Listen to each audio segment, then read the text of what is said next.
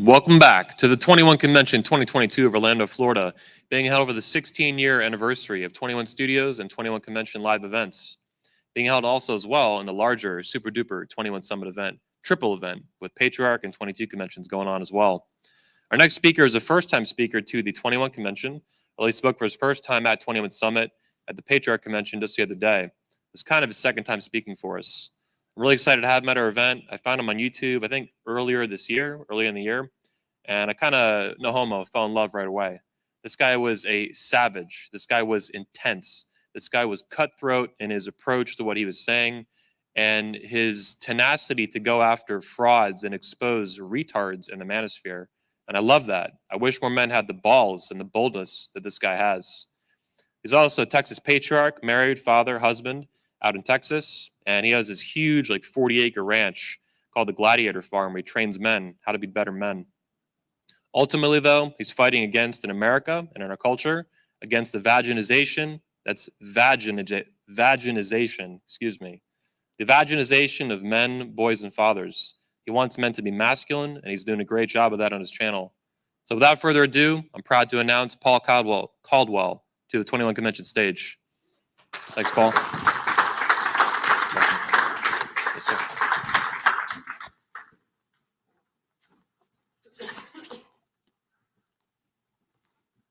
It's 5 a.m. in the morning. It's that fucking alarm. Bob set his alarm to this annoying ringtone, thinking it would be funny.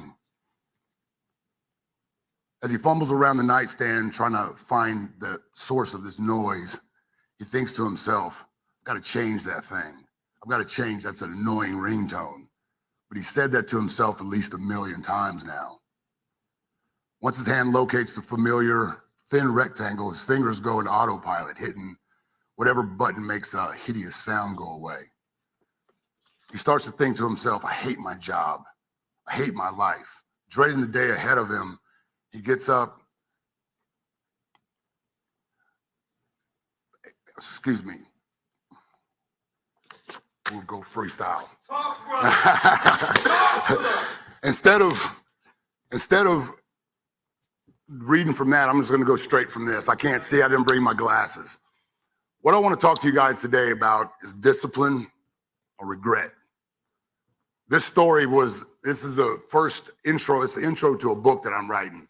And in this story, this guy goes through his day the same way over and over again. His alarm goes off. The alarm annoys him. He means to reset it to something more suitable, but he doesn't do it. He gets up, goes through his day, and he squeezes every minute he can to stay in his bed. Gets in his car, goes down the road. 30-minute commute normally takes 40 minutes. 30-mile commute normally takes him about 40 minutes to get there, but this morning he's flying. There's nobody on the highway. So he thinks to himself, man, I'm gonna stop by that 7-Eleven and get a coffee. Maybe that hot chick's there. In the back of his mind, he's thinking, maybe I'll have the nuts to say something to her this time. But he walks in, sees the girl, she smiles at him, he turns into a little boy. Meekishly says hello, goes and gets his coffee. On his way to work, he noticed that the gas light was on. On his way home the previous night, he meant to put gas in his car, but he just didn't feel like doing it. I'll do it in the morning. Get up early and I'll do it in the morning. Now he's on his way to work, light's still on. He gets back in his car, goes on to his way, light's still on.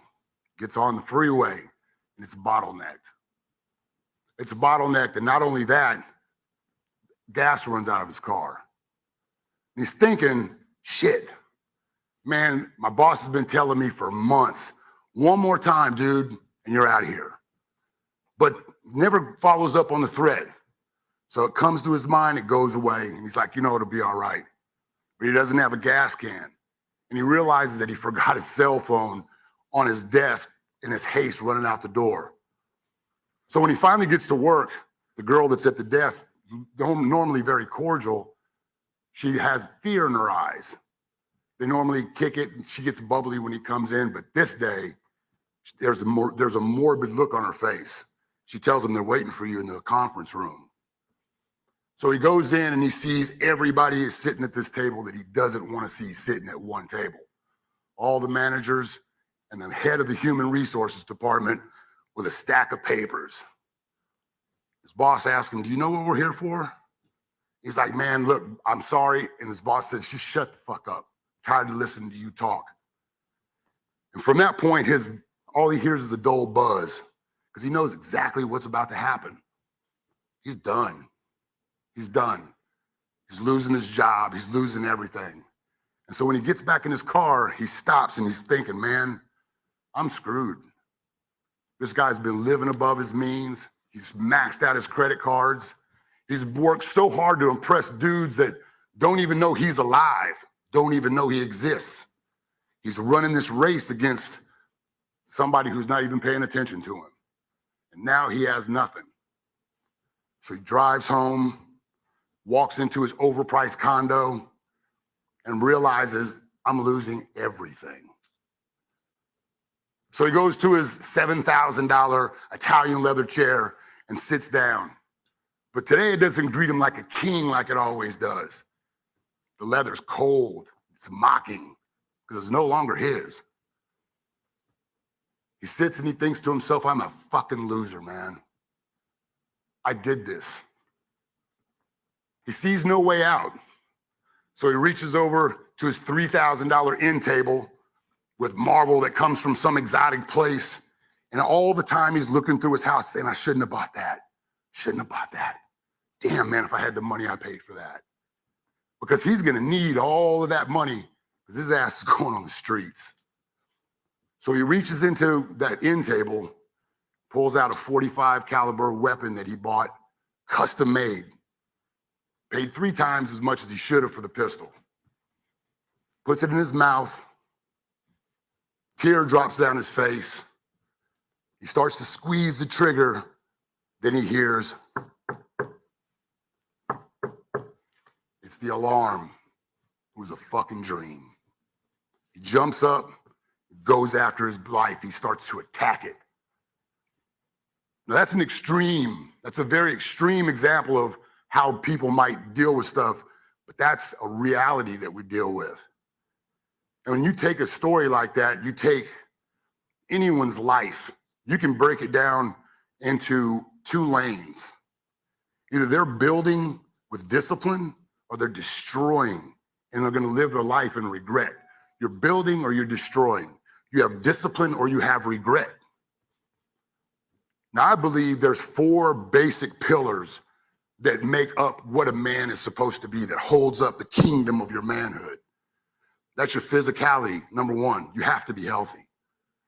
And when you look at the things that you do to address your physicality, you either live with discipline, eating the correct foods, training correctly, and respecting yourself, or you will inevitably suffer from the regret of having a diagnosis that could have been prevented by any of those steps before.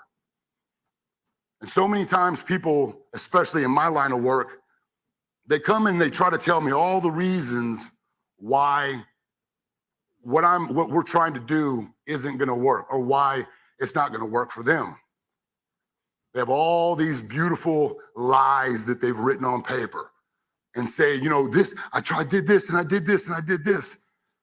But if you really got to see the truth of what they were doing, they didn't do the things that they needed to do. They did the things that they were willing to do. And that doesn't require discipline. Discipline isn't doing the things that you want to do physically, because I don't want to get up at 3 o'clock in the morning every day so I can go train at 5. I don't want to do that. I don't get stoked about that every day. And the men that train with me, they're not excited about it. As a matter of fact, when we get there, the first 5 minutes of our warm-up is explaining to one another about how bad we didn't want to be here today. And man, I almost hit that snooze button. But we're there. We go.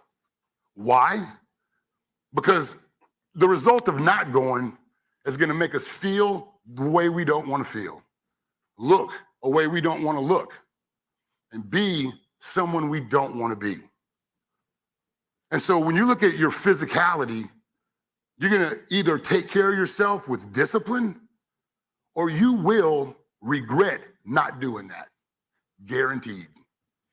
It might be because you're fat and everybody's pointing at you, or it might be because you're dying and you could have done something about it. The second one, and it could have been number one, but without life, without your physicality, without all of those things, then your spirituality wouldn't really matter a whole lot. But the spirituality, I believe, is a very pivotal thing for men to approach with discipline.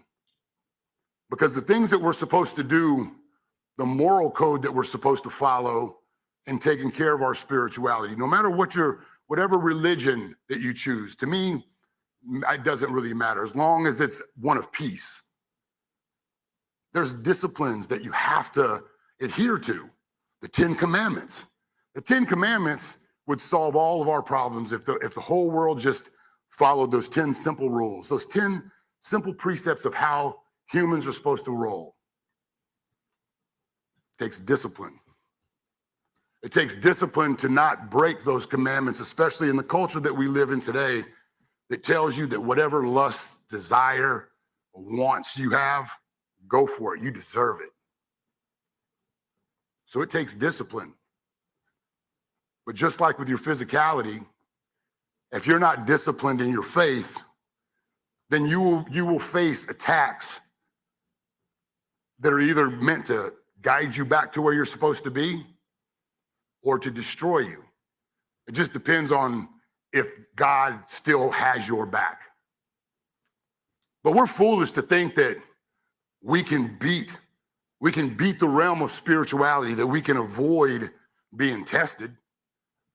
He allowed the devil to test Job, a dude that for all intents and purposes was without fault. And so if he'll let Job be tested, if Jesus can be tested, what makes us think that we're not going to be tested? We're nowhere near the men that those men were. So with your spirituality, you've got to be disciplined. When you see that hot girl, the Bible says, if your eyes sin, you sin. You think about doing something, you've done it. It takes discipline. It takes discipline to be a man to avert your eyes from that beautiful thing. But just like discipline keeps you on the right path, a lack of discipline will lead you to hell. The third one is your profession.